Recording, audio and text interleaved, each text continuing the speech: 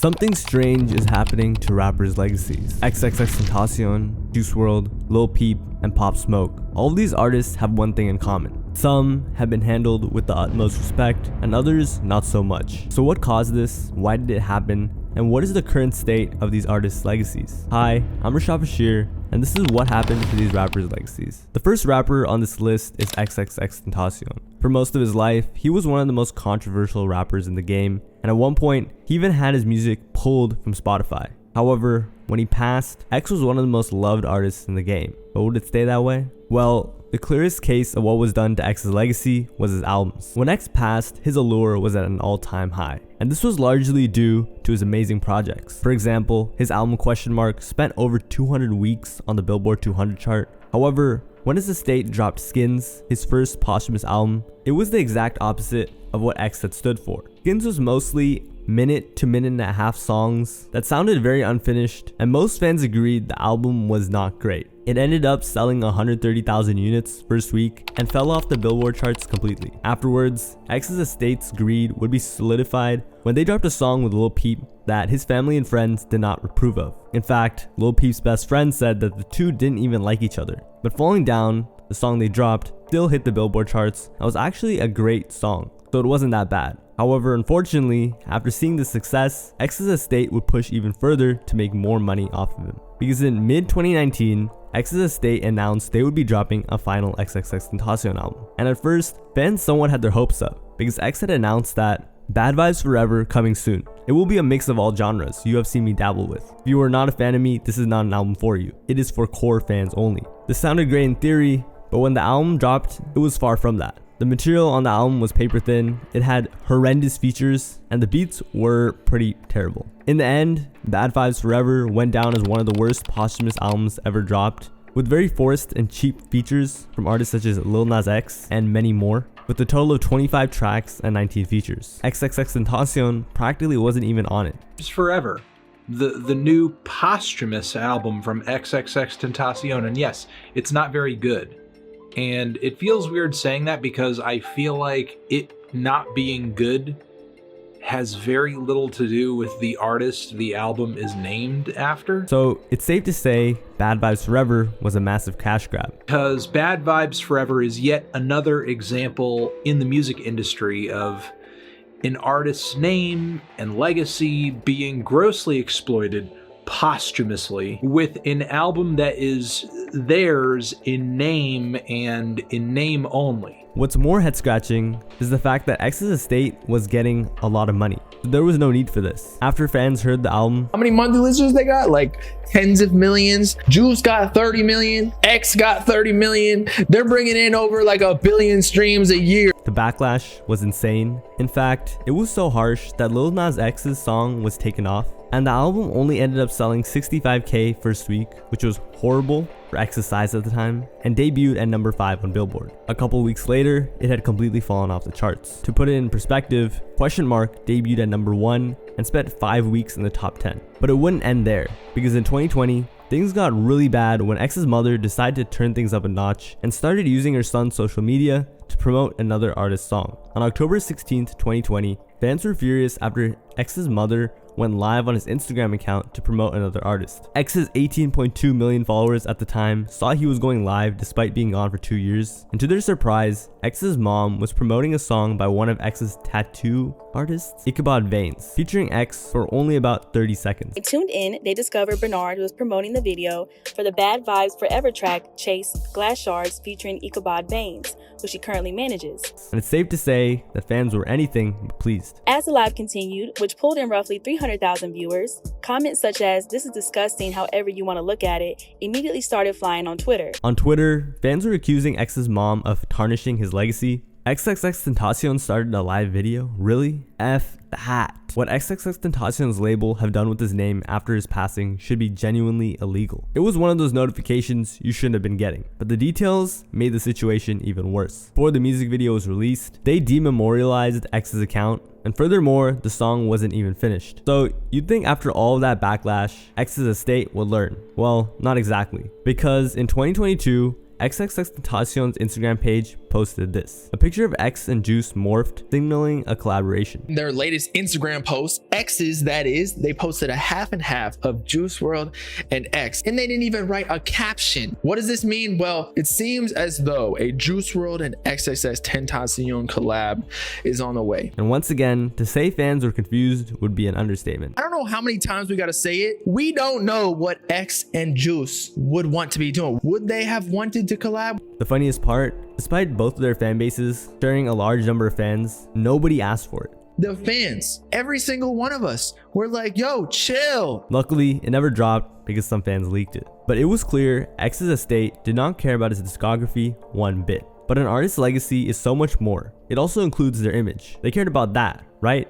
Well, it's complicated because they made a number of questionable moves. For example, X's estate released a series of non-fungible tokens, or NFTs, to help preserve his legacy, when in reality they were just cashing out. So it was clear X's estate was making money, but what if I told you that money was allegedly being hoarded and allegedly illegally by his mother, who pretty much every other family member has sued at this point? The most famous case of this is when X's baby mama demanded a DNA test in court. Why? Because she needed the court to allow scientific testing of biological samples of XXXTentacion and his son to establish him legally as the father. When it happened, it was a huge shock to fans. When X left, his mom was the one who said X left a surprise and was really accepting of X's son. Until then, everything seemed good. When one day, randomly, X's mom deleted all the pictures of the mother and the child. Later, she would try to get the court to deny X's baby mama's request, but she was the one that was denied. However, the details aren't that important. It was the thought that counted. Because to fans, the reason behind this all could only be one thing.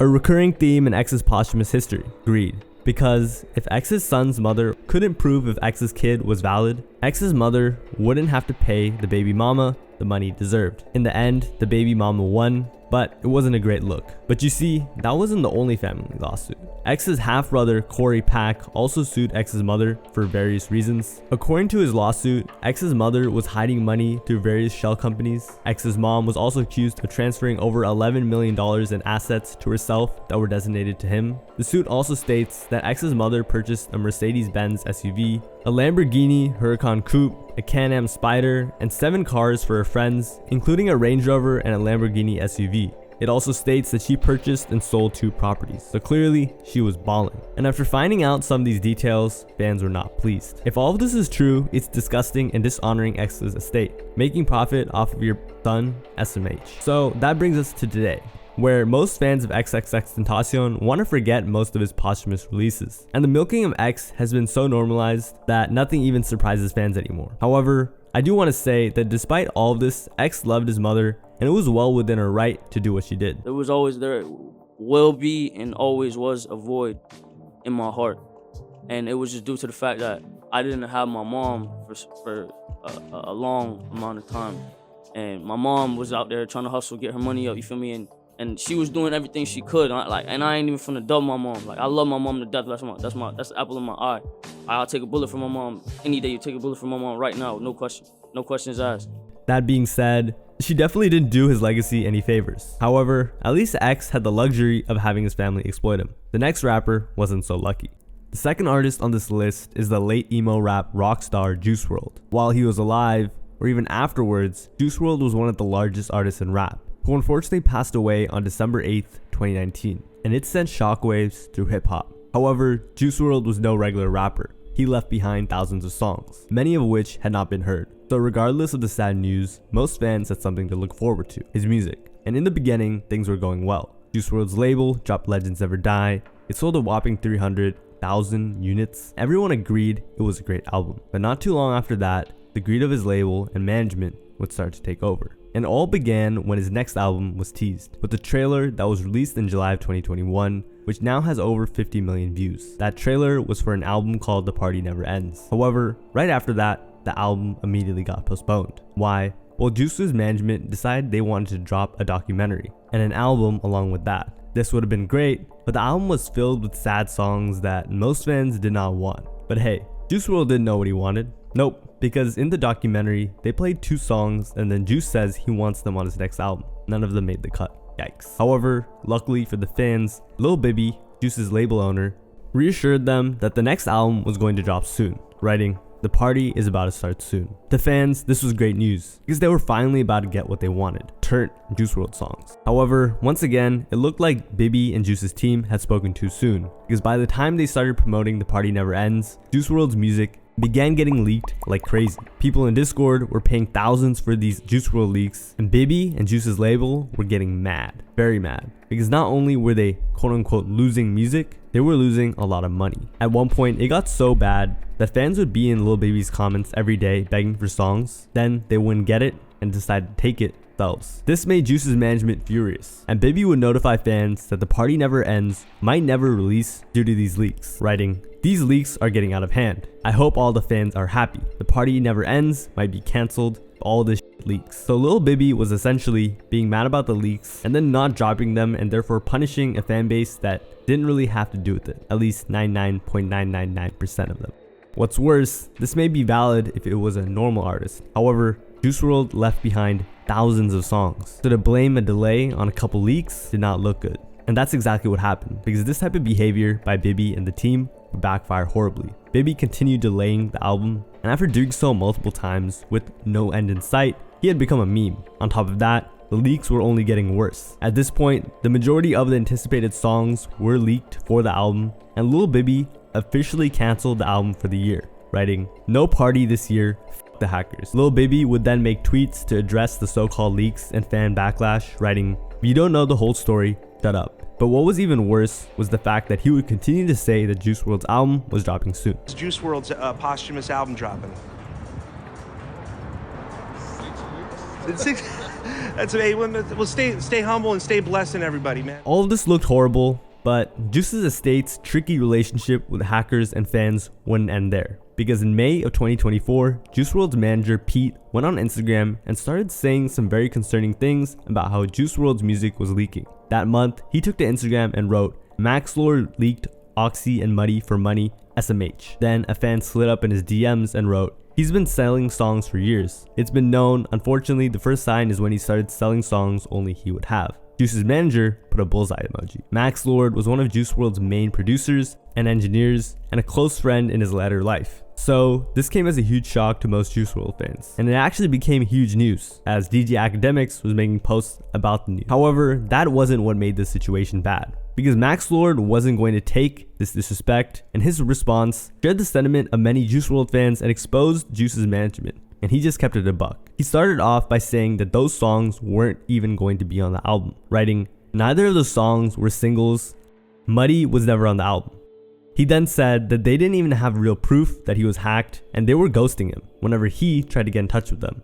"By the way, your proof is a bot account I heard was paid to send that to you. Your phone number was leaked 2 days ago, and I received a spoofed phone call from your number for the 10th time. You haven't answered me back when I reached out." Then he exposed them for not knowing the proper titles of the songs, writing, "And why don't you even know what the music is you care about so much? That's not even me being illiterate. That's just how he wrote that down. Yeah, it isn't even your job." Then he exposed them for not spending their money and just stealing from Juice's bank accounts. "When Juice was alive, you ain't spend 1 penny of your own money. You milked Juice for everything you did off his business/touring accounts." Then he exposed them for not paying producers. "How about y'all pay your producers what they've been owed since 2018? Y'all run a scam, not a business." This made them look even worse, as Juice WRLD had made millions and they had made many more millions off of him, which I'll go into later. So not paying producers what they deserve is a bad look. But that wasn't it. He then exposed them for taking the album from the original producers, including him, and giving it to the industry mega producer Benny Blanco. "Keep printing merch instead of music, your real job. We finished the album almost 2 years ago before y'all scrapped it for Blanco to ruin it for whatever reason." Then he exposed them for not even paying Benny Blanco. "Heard y'all don't even pay him either." Then he exposed them for not even responding to him, but speaking on him online, which was weird. "I tried to hit you directly, but you want to go online and spew lies." And finally, which is what's really sad, is Max Lord explained he had sacrificed his health so the album could come out good, and it was all going to waste. "And I have to regret writing all this. I've spent countless hours, days, weeks, months working for the community and building this album together, He cares about y'all so much, talking about Juice. I spent months in the hospital waiting to get back to finish this. I literally flatlined on the operating table. I made sure to get back so I could work on a project with 45 plus staples, zipped, holding my torso together at the studio. This came as a huge shock to most people. It basically confirmed that the management was greedy and didn't really care for Juice WRLD's legacy. However, they had some words to say for themselves. They started by firing back, explaining that the album was going to come out. Nah, man, the album's ready to come out. We got a lot of good features. I hope they don't leak, you know, but we got good features. And said that Benny Blanco, the producer the album was handed to, didn't ruin the album. Benny did not ruin the album. You can't ruin an album that's most of the songs already done. And that they were trying to release the album with Juice WRLD's community.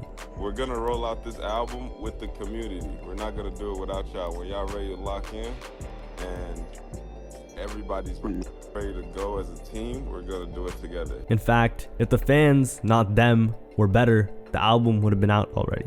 You know what's crazy? It was actually supposed to come out in January, low key, right after Juice WRLD Day. Which is what they actually had promised. Y'all be complaining, begging for the music stand, let's support it. Let's get this party never ends out at the top of the year. How about that? They then made a bunch of excuses, like they had business issues. Yeah, but it just was some business issues. And that leaks were ruining the album. So this is the problem though, bro, is when we do put leaks and stuff that you guys request, it's gonna be a whole nother part of the community. However, this would just make fans hate Bibby and the rest of the management even more. For example, Bibby tweeted, "Happiest day of my life," and a fan said, "Happiest ratio of my life." Show you how much they dislike him. And all of this probably has you wondering, why would a management/label service behave so unprofessionally and be so disorganized? Well, that's because they weren't professional. You see, Juice WRLD's quote-unquote label, Grade A, only was founded in order to exploit Juice WRLD. Literally. It didn't exist until they found Juice WRLD and he agreed to sign to them. On top of that, no one in Grade A had any experience running a label prior to Juice WRLD. To make matters worse, they were insanely greedy, taking 50% of his earnings. Exposed the fact that I remember someone telling me that Juice WRLD's deal with Grade A was 50%. People are talking about it? I said in the video, I was like, all right, I don't know if this is true, but a source told me like 3 years ago that Juice WRLD's deal with Grade A was 50%. Like they take 50% of his However, it's actually worse than it sounds. Because when you do the math, it's a teeny tiny fraction. I promise you, Juice WRLD is probably only getting, like his team and mom and shit are probably only getting 20% of his streams, like every other artist. Yeah. Like that's the standard. After recouping, say you get $1 million advance, you have to pay back that million and then you get 20%. That's probably what Juice WRLD got of his streams. He's getting 20%. So Juice WRLD was in a horrible management deal. Of his show money and his merch money, 50. those are taking 50. That's not a good deal. That's not a good deal at That's all. a horrible management deal. In fact, the deal should have been illegal. If that's true, it's bad. It's very bad. Because like the standard for management to take percentage of shows and merch is like 15 to 25%. 25 is extremely high. And it was so bad that when Juice WRLD signed his multi-million-dollar deal, he was practically left with nothing. Then he got a $3 million deal from Interscope because there was a big bidding war for him. So How many years did he sign for? Wait, how?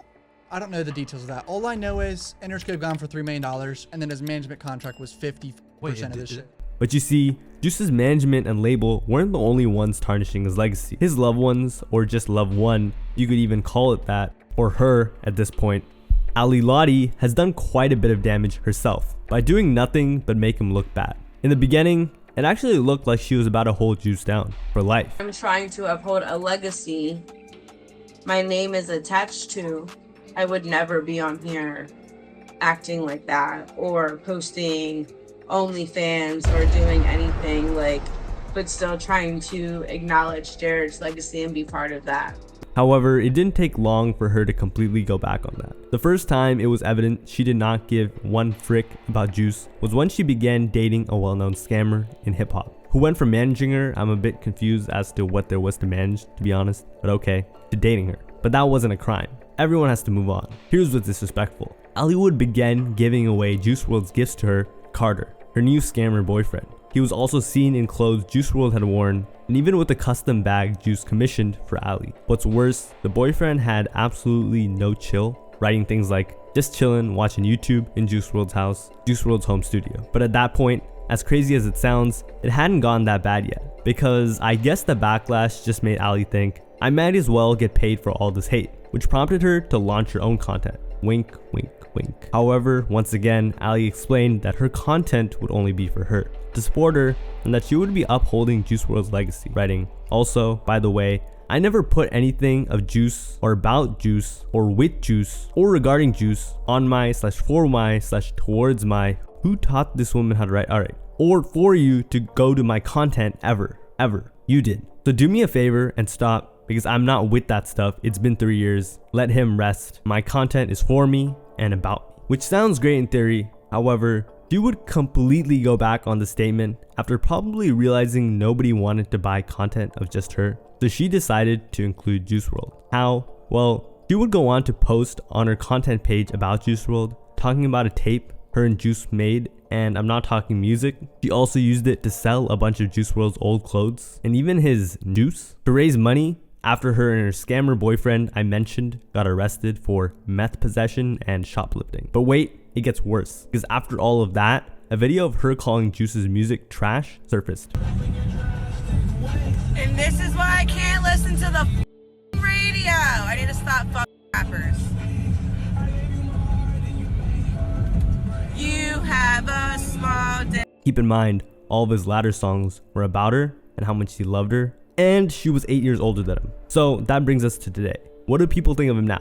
Well, ever since making false promises to fans about Juice's final album, Juice WRLD's management has been dropping a random sad song every 3 months. In late 2022, it was revealed that Juice WRLD's catalog, or 90% of it, was sold to Opus Music Group for $300 million. Yes, $300 million. While Bibby and Grade A maintained control. So they now were in complete control of the music with no incentive to drop anything or anything good because they were no longer making money off of Juice. They had cashed out. Today, they just drop a couple of random emo rap singles every month that no one wants, and the only time Juice WRLD is brought up now is over delays, leaks, or just people hating on what happened to him. His fan base is starting to get depleted, his monthly listeners have drastically fallen, and his label is starting to destroy his discography. But Juice WRLD had a solid amount of music already out. Unfortunately, this next artist didn't have that same luxury. The next rapper on this list is the one and only Pop Smoke. While he was alive, Pop Smoke brought back interest in New York's rap scene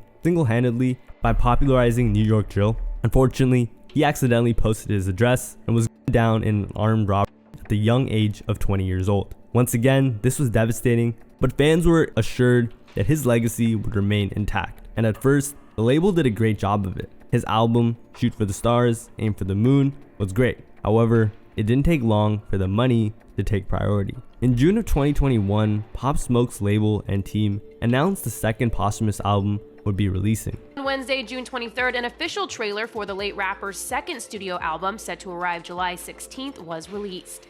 Well, I ain't trying to just be cool. We gotta make history. This was 1 year after the success of Pop Smoke's successful posthumous album, so no one really thought much of it. At first, fans thought it was going to be 16 solo songs. However, that wasn't even close to what it was. The album was a 20-track album with 6 Pop Smoke solo songs, 1 is an interlude, and the rest all have features. And this new Pop Smoke album is like 20% Pop Smoke and 80% features. I want to hear Pop Smoke on his own album, not a bunch of other artists. What's worse, Pop Smoke was the minority, small minority in a lot of these tracks. So he was essentially a feature on his own album. But the worst part was that Pop Smoke didn't even like collaborating with other rappers in the industry, and he made that very clear. Same for Lil TJ? Nah, Lil TJ, my nigga. Oh yeah? I don't f with nigga. If you notice why I don't do songs with nigga, tape ain't have nobody on it, cause I don't f with nigga. I don't like niggas. I don't wanna like niggas. I'm not into them.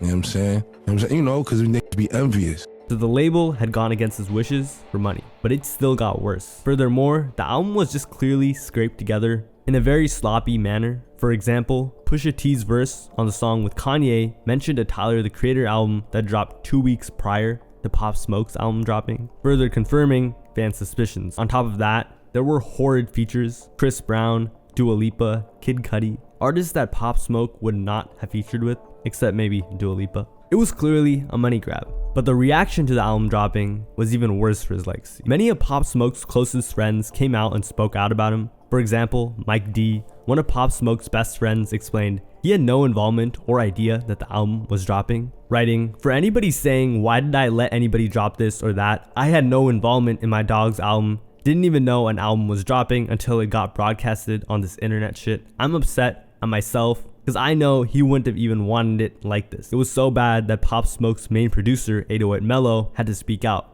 and explain why he wasn't involved in the album, writing, "Don't complain to me about the album. I had no involvement in it, and you guys know that." The producer, 808 Mello, had no part in this album. That's Pop Smoke's main producer. You don't put him on the album. It makes no sense. Like, what the f? What do you guys think of? He even had to issue an apology, saying, "Sorry, bro, I miss you." One fan said, "I smell cap," and Mello quickly corrected it and said, "I solo produced this song, but they changed the drums and put a feature on it," confirming that the label had altered the way the music was meant to be put out. Another one of Pop Smoke's good friends, Rowdy Rebel, spoke out and wrote, "SMH, I don't understand. My boy not on this track. Ayo, Eli Frost, don't trip, bro. You know how these industry guys is. Straight suckers." Wait, what? What's that about? Well, they also altered a song called Manslaughter, putting Rick Ross on it, and fans were furious. So mad that the label owner of Pop Smoke's label, Victor Victor, had to speak out, writing, "Y'all need to chill. The original Top Shotta beat wasn't clearable. Could not find the artist's estate. Working on multiple deluxes. Let us know what you want to hear." And they had to make multiple posts on social media to try and calm fans down. What's up, everybody? I want to talk to y'all about the situation with the Pop Smoke Top Shotta track featuring Eli Frost that I know everybody was expecting for that to be on the album. Unfortunately, that didn't make the cut. It was supposed to make the cut, but you know, things always end up happening in the industry, you know, when it comes to the business side. But they weren't tricking anyone. You see, there's no issue with tracks not being able to get cleared. That's a common occurrence. But what Pop's label had done was remove the original artists and replace them with more pop mainstream names like Rick Ross, Pusha T, and Dua Lipa. And fans saw right through this all, calling the album mid and blatantly calling the label out for being greedy. Why is this a rushed product? For what reason? Yeah, you guys are selling 25,000 every single week on the first album. You guys are making a ton of money. It's like, you seen that Mr. Krabs meme? I watched the episode where he digs up the number one guy just to get his hat to sell it for money. So, yeah, he digged up a dead body in the Mr. Krabs SpongeBob episode. He digs up a dead body just to get the hat to sell it for money. And the guy that tweeted is like, this is exactly what happened with Pop Smoke's album. Is they dig up a corpse.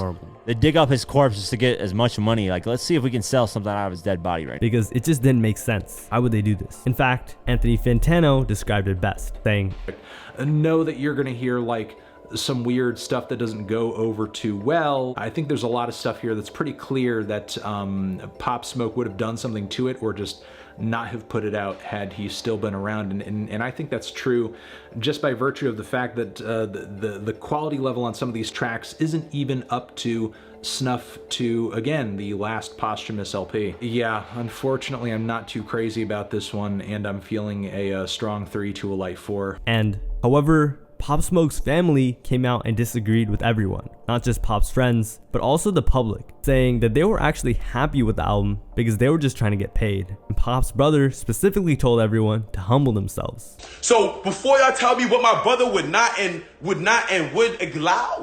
allow, y'all need to really check yourselves. And that all of the people who were calling out his family were the same ones who did Pop dirty or were fake or were just never around for them. Some of y'all is allowing other people who steal his sound, who did not give the family money after they took off Woo apparel, clothing, and it was you. I know niggas that put him in predicaments and put him in certain positions, who took clothes, and I know niggas, you feel me? I know niggas that did him dirty. I know niggas that crashed his car. You feel me? I know niggas, bro. I know niggas that say they loved him, but still doing dirty. The Pop Smoke's family clearly prioritized money over Pop's legacy. However, this next artist family was a bit different. The final rapper on this list is the emo rock star Lil Peep. After Lil Peep passed in 2017, the blame was quickly placed on those around him, his friends, for being a bad influence and enabling his bad habits, and for a while to the public that seemed fair. But as the years passed by, new details began to surface and the truth would unravel itself. At first, his legacy was mostly intact, only a couple commercialized releases, but mostly just respect by his estate. However, his ties to his management company while he was alive would shine a bad light on not only the true details of his life, but what was done to him. It turned out the story of how he left, which was shown to the public as a story of a rapper unable to control his demons, turned out to be a much darker story of an artist being taken advantage of. And this would forever change how many fans, or most fans, would look at Lil Peep. But before we get into what was made public after his passing, how did he manage to get into this predicament in the first place? Back in 2016, Lil Peep was a buzzing SoundCloud rapper and was playing a show. In the crowd was a man named Chase Ortega. Stunned by Lil Peep's performance, he approached Peep and asked if he had a manager.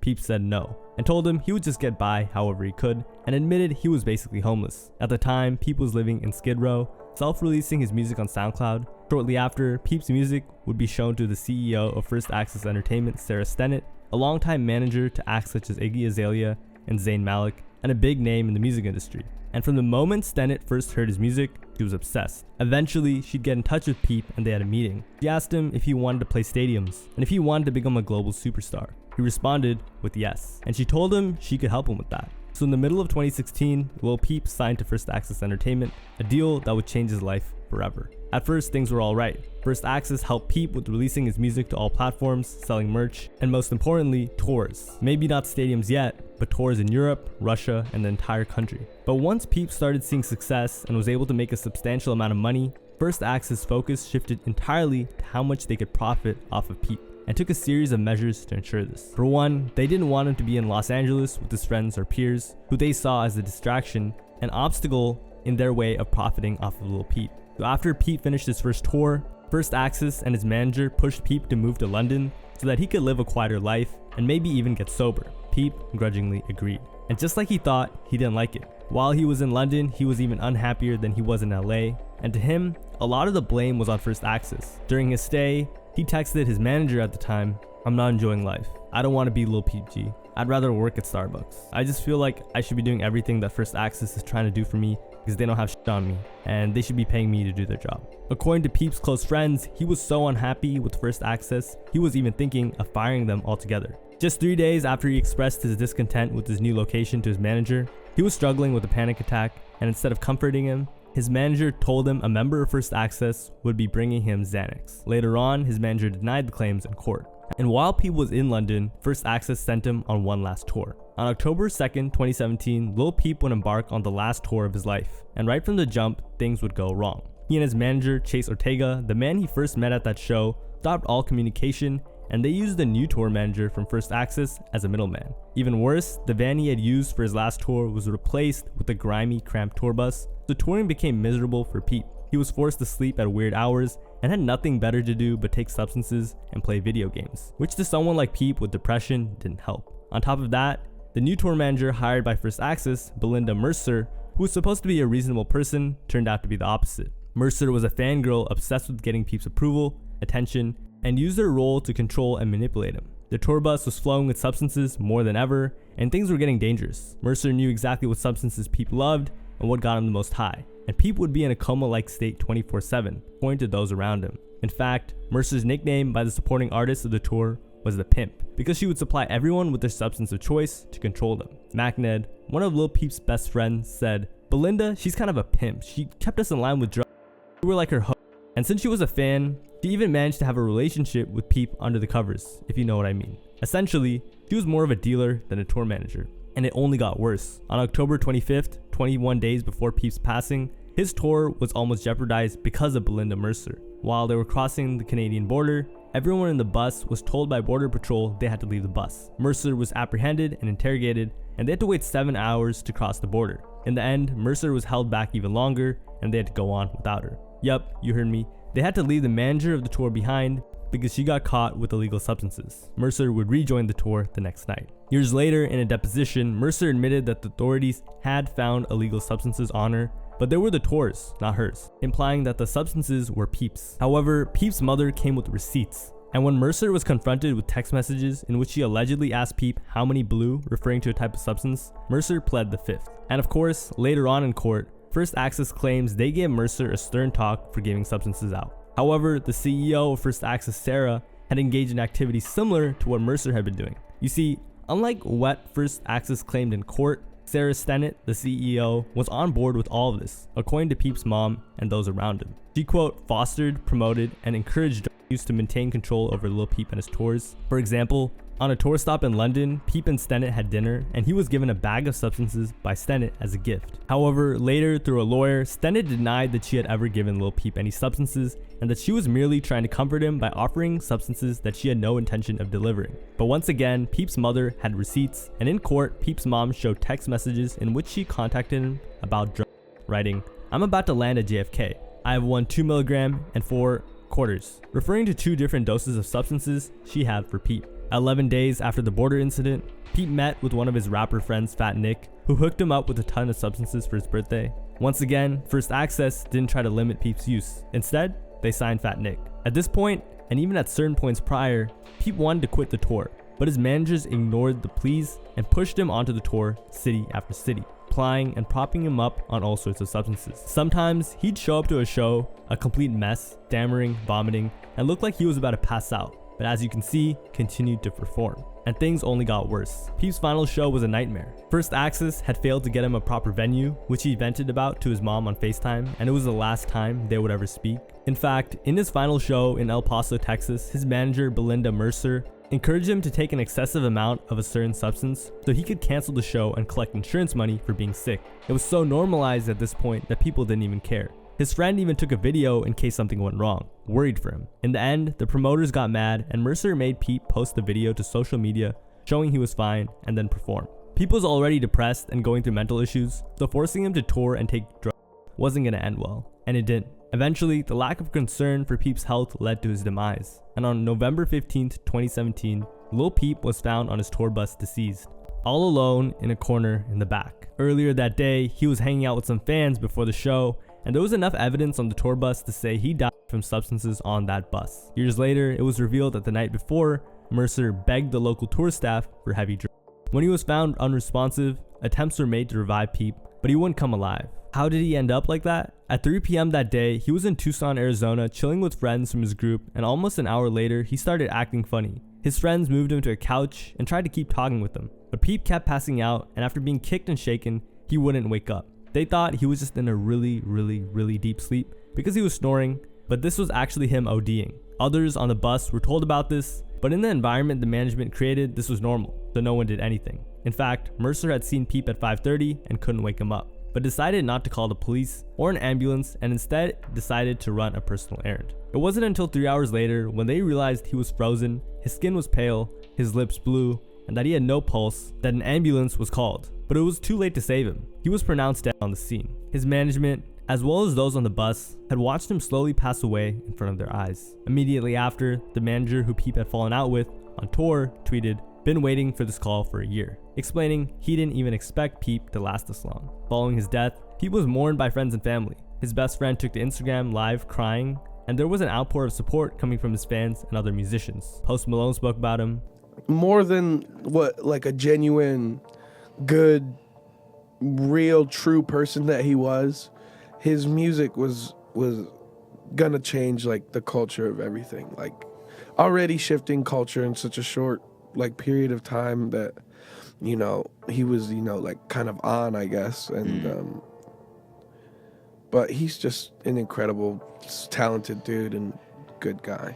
XXXTentacion mourned him, and even artists like Juice WRLD. And Peep's music briefly surged in popularity with the single Awful Things entering the Billboard 100. But here's where we get to his legacy. Because the thing is, practically none of these details I just shared with you were available to the public at the time of his passing. So rumors about Peep's passing began circulating, and First Access knew this. So they had to quickly find a way to cover up their negligence to the public as well as his family. How did they do this? Well, First Access decided that Lil Peep's friends, the ones they had tried to move him across the world from, were responsible and swiftly crafted a narrative that Peep had passed due to bad influences around him. But you see, some of those friends were on tour with them, and those close to him knew the truth. Lil Tracy, Lil Peep's best friend, said, in a very ominous way, "Was it like, how you like taking it now, that, like Peep saw, passing?"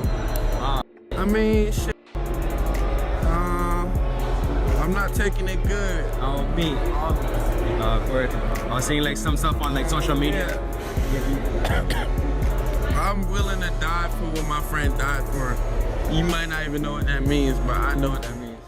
Shortly after Peep passed, he signed a deal through First Access to star in a movie, and after Peep passed, First Access decided to go through with it, but with a twist. They'd produce a documentary on Peep's life. It It was quite a moving and emotional watch, except everything surrounding Peep's death was extremely biased, because First Access had financed the documentary. Sarah Stennett was listed as a producer herself, and 100% of the blame was placed on Peep's friends. And frankly, it worked. For a couple of years, they tricked everyone, including his mother. Peep's mother was not happy with his friends, publicly calling them out for multiple things, like saying they had stolen his clothes and more. But a couple of years later, after Peep passed, his mother had done her own homework and found out who was really responsible for Peep's passing, which led her to none other than First Access. So in October of 2019, Liza Womack, Lil Peep's mother, filed a 372-page lawsuit against First Access Entertainment in Los Angeles Superior Court, claiming wrongful death, negligence, and a breach of contract for unspecified damages. The defendants were Peep's manager, Brian Ortega, and his tour manager, Belinda Mercer. And the suit laid out some mind-blowing details I spoke about a bit earlier that were hidden from the public until then. Furthermore, Peep's mother also filed a lawsuit claiming First Access owed her $4 million that was owed to Lil Peep, and pleaded to the court she needed court intervention as soon as possible for her son's legacy, as her working relationship with Peep's label was dysfunctional due to it. To show you how dysfunctional, Smokesack, Lil Peep's main producer, and one of his best friends honored Sarah Stennett on National Women's Day, stating, "Today is National Women's Day. I can't say how much I appreciate this particular woman, my mentor, who's also the godmother to my daughter," and posted a picture of him and Sarah Stennett, the woman Peep's mother was suing for her part in Peep's death. The whole time, Peep's mom was working tirelessly to release his music to all platforms, which involved clearing samples and other business dealings, something she had no experience in. Following Peep's mother's suit, First Access countersued, claiming that Peep's mother selling merch was a breach of contract and tried to get the charges dropped. However, the judge sided with Peep's mother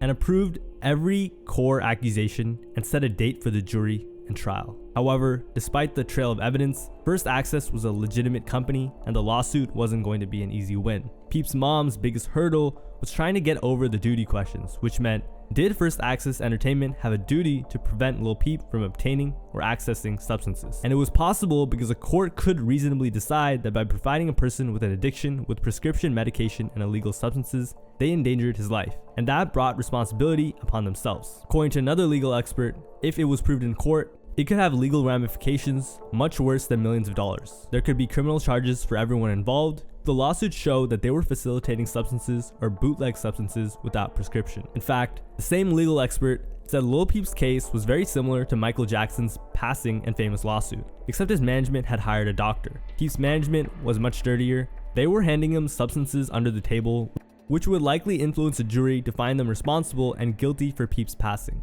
Following the lawsuit, First Access denounced the suit, saying, "The claim that First Access Entertainment, any of its employees, was somehow responsible for, complicit in, or contributed to Peep's passing is categorically untrue." They also said Peep's mother's lawsuit was groundless and offensive, and entirely baseless, misguided, and without merit, and even said it was 100% Peep's fault, saying, "It is extremely disappointing that Peep's mother would file this meritless lawsuit, since she is well aware of the numerous efforts made by First Access and Chase Ortega to steer her son away from his concerning lifestyle choices. Unfortunately, in spite of our best efforts, he was an adult who made his own decisions and opted to follow a different, more destructive path." In fact, Stennett even said that Peep's passing made her realize how important the work she was doing was because she was saving lives. In an interview, she said, "It restored my faith in a higher power," adding that her and Peep's relationship made me understand there's a purpose to what I'm doing. It's not just music, it's a much bigger responsibility. However, the judge saw right through First Access's lies and disagreed, saying, "There's no question there's a tribal issue